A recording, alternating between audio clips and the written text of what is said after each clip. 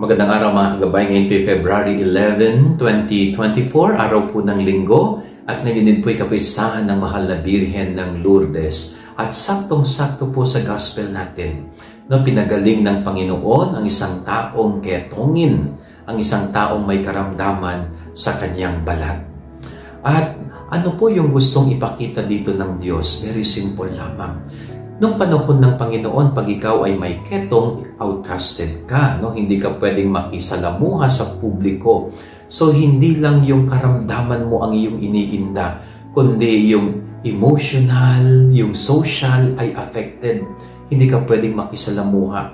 Kaya parang bumababa ang dignidad ng isang tao sa sitwasyong ganito.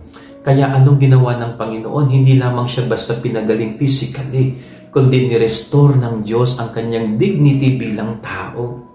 Nanumbalik ang kanyang dignidad at kanyang pagtingin sa kanyang sarili. No? Tumaas ang kanyang confidence, tumaas ang kanyang self-esteem dahil sa ginawa ng Panginoon sa kanya. So, ito po'y napakagandang paalala sa atin, no? Na ang Diyos hindi lamang yung physical illness ang pinagagaling niya sa atin, kundi ibinabalik niya sa dignidad ang ating pagkatao. Ibinabangon niya ng buong buo ang ating sarili. So, ganun po ang Diyos. Kaya patuloy tayong lumapit sa Kanya, patuloy tayong umasa sa ating Panginoon. Yan ang ating gabay aral ngayong maghapon. God bless po sa inyo lahat. Pagpalain kayo ng Panginoon.